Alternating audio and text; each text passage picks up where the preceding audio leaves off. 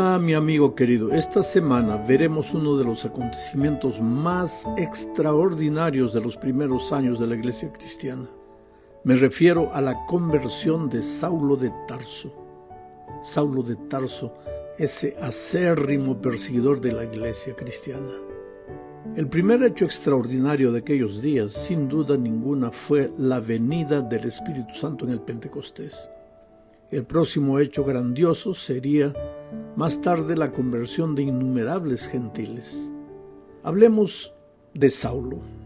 Saulo de Tarso nació el año 5 en la ciudad de Tarso, en la región de Cilicia, en la costa sur del Asia Menor, lo que hoy vendría a ser Turquía. Saulo fue quizás el perseguidor más encarnizado del cristianismo, un hebreo fanático, líder religioso descendiente de la tribu de Benjamín. El hecho de haber nacido en Tarso le había dado a Saulo la oportunidad de estar en contacto con una de las culturas más avanzadas de su tiempo. Tarso era una ciudad universitaria que se destacaba por su cultura y su escuela de filosofía. Saulo tenía ciudadanía romana, lo que era un tremendo privilegio en aquellos días. Parecía estar muy bien versado en la cultura y en el pensamiento helenístico. Según la costumbre judía, desde los 5 años, él debía haber aprendido a leer la Biblia hebrea. Entonces dominaba el griego, el hebreo y el arameo, y venía de una familia adinerada. La educación de Saulo fue judía y la recibió bajo la estricta doctrina de los fariseos, teniendo inclusive como profesor a Gamaliel, uno de los más grandes rabinos de su tiempo. Pablo se daba el lujo de afirmar que él no solo era fariseo, sino discípulo de fariseos. Más tarde, cuando él escribió a los Gálatas en el capítulo 1, versículo 14, él diría: y en el judaísmo aventajaba a muchos de mis contemporáneos en mi nación, siendo mucho más celoso de las tradiciones de mis padres. Ese era Saulo de Tarso. El relato de su conversión se presenta 3 veces en el libro de los Hechos de los Apóstoles, en los capítulos 9, 22 y 26. Cada relato presenta detalles que tal vez los otros no mencionan. Sería bueno que leyeras los 3 relatos de la conversión de Saulo para tener una visión completa de lo que Dios hizo en la vida de este hombre. En el capítulo 9, que es el objeto de nuestro estudio esta semana, veremos los 4 encuentros que Saulo tuvo que vivir para llegar a ser el siervo de Dios que llegó a ser. Su primer encuentro fue con Jesús. Esta es la segunda parte de nuestro estudio en esta semana. Sabes, nadie puede ser cristiano si no se encuentra con Jesucristo. Existe el peligro de tener un encuentro con la teoría del Evangelio y creer que eso significa haberse encontrado con Jesús, pero no es así. El encuentro con Jesús es algo personal, una experiencia viva que echa por tierra tu gloria y hace por ti lo que tú no puedes hacer por ti mismo. El encuentro de Saulo con Jesús sucedió mientras él iba camino de Damasco. Charles Spurgeon, extraordinario evangelista del siglo XVIII, decía que habiendo sido Saulo de Tarso una persona muy importante en sus días, seguramente iba montado todo orgulloso y soberbio en un caballo muy alto. Pero Dios solo necesitó unos pocos segundos para colocarlo en su debido lugar. Así son siempre las cosas con Dios. Él tiene un plan para cada vida y tiene también su tiempo exacto para hacer las cosas. No te desesperes si tú tienes un familiar, un amigo, una persona conocida, dura contra el Evangelio, a veces burlona, se ríe de cualquier cosa que le hables acerca de Jesucristo. Dios tiene su tiempo y lo va a colocar en su lugar en algún momento. Así es, así son las cosas con Dios. Saulo era sin duda ninguna un hombre sincero. Perseguía con toda sinceridad al pueblo de Dios, solo que Sinceridad no es sinónimo de estar en lo correcto. Es posible estar sinceramente equivocado, y Saulo lo estaba. Solo entendió su triste situación aquel día camino de Damasco. Era mediodía, y de repente, a pesar de la luz del sol, apareció una luz mucho más brillante. Todos quedaron espantados. Saulo y sus acompañantes vieron la luz, pero solo Saulo se quedó ciego.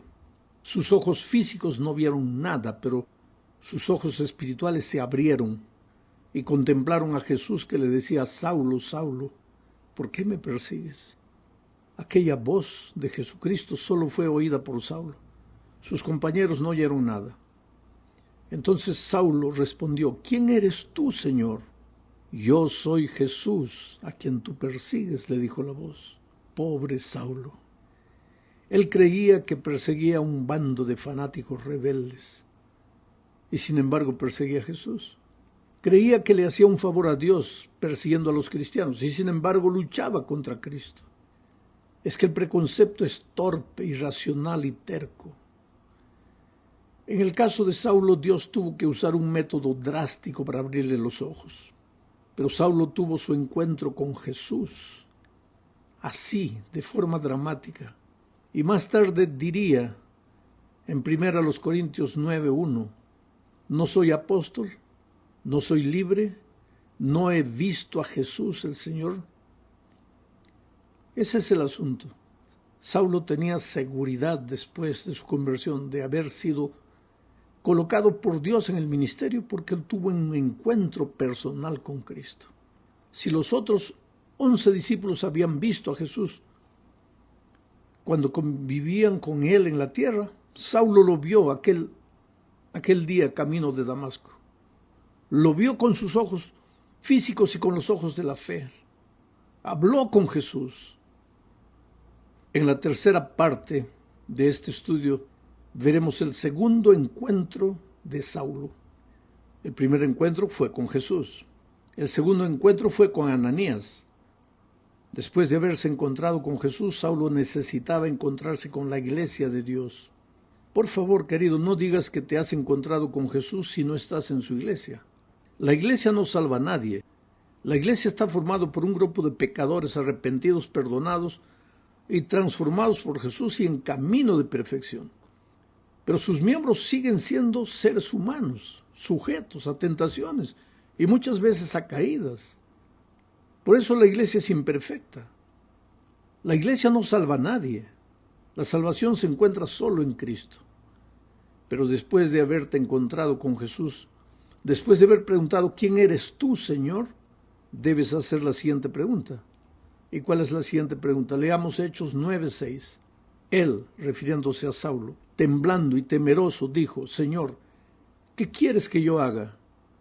Y el Señor le dijo: levántate y entra en la ciudad, y se te dirá lo que debes hacer. Ahora yo te pregunto, ¿no podría Jesús personalmente haberle dicho lo que tenía que hacer Saulo? Claro que podía, pero prefirió que la iglesia lo hiciera. Por eso le ordenó ir a Damasco y encontrarse con Ananías, un miembro de su iglesia. El relato dice en Hechos 9, 8 al 18. Voy a leer todo el texto. Entonces Saulo se levantó de la tierra y abriendo los ojos no veía a nadie, así que llevándole por la mano le metieron en Damasco, donde estuvo 3 días sin ver y no comió ni bebió. Había entonces en Damasco un discípulo llamado Ananías, a quien el Señor dijo en visión: Ananías, y él respondió: heme aquí, Señor. Y el Señor le dijo: levántate y ve a la calle que se llama Derecha, y busca en casa de Judas a uno llamado Saulo de Tarso, porque he aquí él ora, y ha visto en visión a un varón llamado Ananías, que entra y le pone las manos encima para que recobre la vista. Entonces Ananías respondió: Señor, he oído de muchos acerca de este hombre, cuántos males ha hecho a tus santos en Jerusalén, y aún aquí tiene autoridad de los principales sacerdotes para prender a todos los que invocan tu nombre. El Señor le dijo: ve, porque instrumento escogido me es este para llevar mi nombre en presencia de los gentiles y de reyes y de los hijos de Israel, porque yo le mostraré cuánto le es necesario padecer por mi nombre. Fue entonces Ananías y entró en la casa, y poniendo sobre él las manos dijo: Hermano Saulo, el Señor Jesús, que se te apareció en el camino por donde venías, me ha enviado para que recibas la vista y seas lleno del Espíritu Santo. Y al momento le cayeron de los ojos como escamas, y recibió al instante la vista, y levantándose fue bautizado. En este relato que acabo de leer hay muchos datos interesantes. Primero, Ananías tenía miedo de ir a visitar a Saulo porque lo conocía bien, sabía que era un perseguidor. No quiso ir al comienzo. Y Jesús le dijo: ve, porque el instrumento escogido para mí. Sabes que nosotros los seres humanos marcamos con facilidad a las personas, pero para Dios no hay nada imposible. A veces, cuando yo era muchacho y viajaba con mis compañeros de estudio a hacer evangelismo, mientras caminábamos por las ciudades, nos mirábamos unos a los otros, mirábamos a las personas y decíamos: mira, ese que están dando ahí va a ser el futuro anciano de la iglesia aquí, ese va a ser el diácono, esa va a ser la directora de la escuela sabática. Porque nosotros, en nuestro entusiasmo de muchachos, veíamos el potencial de esos hombres, esas personas a quienes Dios podría llamarlos para ser instrumentos poderosos en su iglesia. Cada noche cuando hago evangelismo y hago un llamado y las personas vienen adelante, a veces yo las miro en los ojos y le digo: tú no tienes idea de lo que vas a hacer en las manos de Dios, transformado por su poder. Tú podrás ser un predicador del evangelio, un anciano de la iglesia, un líder, un director de jóvenes. Y efectivamente a veces años después me encuentro con la gente y me dice: pastor, usted me dijo eso y ahora es verdad, yo soy anciano de iglesia. Por eso no debemos hacer como Ananías, marcar a las personas por peores que nos parezcan y decir: no, para ese no hay salvación. ¿Cómo que no hay salvación? Dios es Dios. Dios puede transformar cualquier corazón. Otra cosa que me impresiona es que Dios no hace las cosas solo. Él podría haberle dado la orden personal a Saulo de Tarso para que hiciera lo que tendría que hacer, pero lo mandó a Ananías, porque Dios dirige a sus hijos a través de su iglesia. El Espíritu de Profecía dice que Dios no dirige un hombre aquí, otro allá, sino que Dios dirige un cuerpo organizado, una iglesia organizada. Pastor, pero si la iglesia tiene defectos, claro, la sierva del Señor dice: débil o defectuosa como la iglesia de Dios puede ser en esta tierra. Es la niña de los ojos de Dios, tiene defectos, tiene errores, es débil, pero es la niña de los ojos de Dios y hay que respetarla. Y otra cosa, otro pensamiento más. Cuando Pablo se encontró con Ananías, enseguida fue bautizado. Por favor, no me digas que te has encontrado con Cristo, te has encontrado con su iglesia y no quieres ser bautizado. Y si no te has bautizado, haz planes para hacerlo inmediatamente. Vamos a la cuarta parte de la lección. Aquí veremos el encuentro de Saulo. Este es el tercer encuentro. Su primer encuentro fue con Cristo, su segundo encuentro fue con Ananías, y ahora vemos el encuentro de Saulo con la oposición. Porque de ser un cazador de cristianos, Saulo pasó a ser la presa, pasó a ser cazado por los enemigos del cristianismo. Solo que antes parece que Saulo se dirigió a Arabia. Después de hablar con Ananías, se fue al desierto de Arabia y pasó allí un tiempo a solas con Jesús. Necesitaba aprender. La sierva de Dios dice en Hechos de los Apóstoles, página 103, lo siguiente: allí, en la soledad del desierto, Pablo tenía amplia oportunidad para estudiar y meditar con quietud. Sí, mi querido hermano, Pablo mismo relata esa experiencia de este modo cuando escribe a los Gálatas, capítulo 1, versículos 13, 15, 17 y 18. Dice: porque ya habéis oído acerca de mi conducta en otro tiempo en el judaísmo, que perseguía sobremanera a la iglesia de Dios y la asolaba. Pero cuando agradó a Dios, que me apartó desde el vientre de mi madre y me llamó por su gracia, fui a Arabia y volví de nuevo a Damasco. Después, pasados 3 años, subí a Jerusalén para ver a Pedro y permanecí con él 15 días. Interesante, fue después que regresó a Damasco, después de haber estado en el desierto, que las cosas se pusieron feas para Pablo, ahora ya no más Saulo de Tarso. El texto bíblico narra la oposición de esta manera. Hechos 9, 21 al 25. Y todos los que le oían estaban atónitos y decían: ¿no es este el que asolaba en Jerusalén a los que invocaban este nombre, y a eso vino aquí, para llevarlos presos ante los principales sacerdotes. Pero Saulo mucho más se esforzaba y confundía a los judíos que moraban en Damasco, demostrando que Jesús era el Cristo. Pasados muchos días, los judíos resolvieron en consejo matarle, pero sus acechanzas llegaron a conocimiento de Saulo, y ellos guardaban las puertas de día y de noche para matarle. Entonces los discípulos, tomándole a Saulo, de noche le bajaron por el muro, descolgándole en una canasta. Y de esa manera salvaron a Saulo de Tarso, ahora convertido en Pablo. En fin, Saulo en carne propia sufrió y vivió lo que él había hecho sufrir y vivir a los cristianos cuando él era un perseguidor. Pero ahora estaba dispuesto a dar la vida por Dios. ¿Sabes que aquellos que muchas veces contradicen el Evangelio, no quieren conocer nada de la palabra de Dios, cuando se convierten son los mejores cristianos que ya he conocido? Gente comprometida. Ese celo que antes usaban para burlarse, para negar, ahora lo usan para seguir a Jesús y servir a Jesús. Llegamos pues ahora finalmente al fin de este estudio, hablando del encuentro de Pablo, pero esta vez el encuentro de Pablo con la iglesia.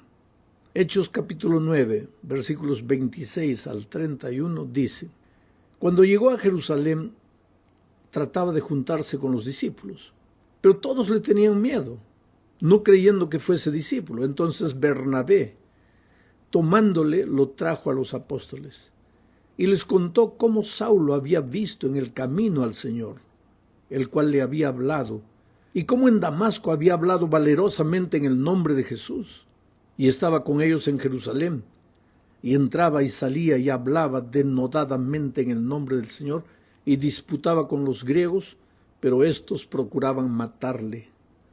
Cuando supieron esto, los hermanos le llevaron hasta Cesarea y le enviaron a Tarso. Entonces las iglesias tenían paz por toda Judea, Galilea y Samaria, y eran edificadas andando en el temor del Señor, y se acrecentaban fortalecidas por el Espíritu Santo. Hermanos queridos, la iglesia cristiana de aquellos días no aceptó a Saulo de Tarso con facilidad. ¿Sabes que Dios perdona todo, pero la iglesia no perdona? Dios te da una oportunidad, pero a veces los hombres no damos una oportunidad. Una vez perseguidor, para siempre perseguidor. Es lo que pensaba la iglesia de aquellos días. Y hoy día, una vez ladrón, para siempre ladrón. Una vez adúltero, para siempre adúltero. ¿Por qué marcamos a las personas? ¿Por qué no creemos en el arrepentimiento? ¿Por qué no creemos? ¿Por qué no estamos dispuestos a dar una nueva oportunidad, pero inmediatamente? Menos mal que en toda iglesia no falta gente maravillosa, extraordinaria como Bernabé. Bernabé tomó a Saulo, lo llevó ante los hermanos y les dijo: hermanos, yo conozco la historia de este hombre. Este hombre se ha encontrado con Jesús personalmente camino de Damasco. Tenemos que darle una nueva oportunidad. Y pues la iglesia lo aceptó. Mientras estuvo en Jerusalén, Pablo predicó el evangelio con denuedo, con fuerza, con vigor, porque cuando él hablaba de Jesucristo, hablaba de su encuentro personal con Jesucristo. ¿Sabes lo que nos falta en la vida? Es ese encuentro personal. Un día un hombre salió rumbo a Damasco persiguiendo cristianos. En el camino se encontró con Jesucristo. Su vida dio media vuelta. De perseguidor se volvió perseguido. Se volvió uno de los pilares del evangelio. Yo cuando vaya al cielo, por la gracia de Dios, voy a buscar a Pablo. Yo lo admiro, ¿sabes? Es mi maestro de evangelismo, mi maestro de predicación. He aprendido tantas cosas buenas de Pablo. Yo agarro sus epístolas, las leo, las subrayo, saco las ideas con relación a predicación, a organización de iglesia, a evangelismo. Él ha sido un hombre útil para la iglesia cristiana. Él llevó el evangelio a los gentiles con denuedo. Salió de Jerusalén, fue para Samaria. Comenzó a llevar el evangelio a los últimos rincones de aquellos días. Hace un mes y medio atrás tuve la oportunidad de hacer un viaje, el segundo viaje misionero de Pablo, visitando todas las ciudades que él visitó, las iglesias que él fundó, las iglesias donde él trabajó, las iglesias donde él fue perseguido. Y fue una emoción tremenda para mi esposa y para mí poder vivir esos momentos, recordar a este hombre heroico, perseguidor, pero que se encontró con Jesús y fue transformado por el poder de él. No te desanimes si tienes un familiar que no es cristiano, que parece que nunca se va a convertir. Dale a Dios tiempo. Sigue dando un buen testimonio del amor de Jesucristo. Sigue hablando con amor. Tú te vas a sorprender con las cosas maravillosas que Jesús va a hacer en la vida de esas personas. Que Dios te bendiga ricamente.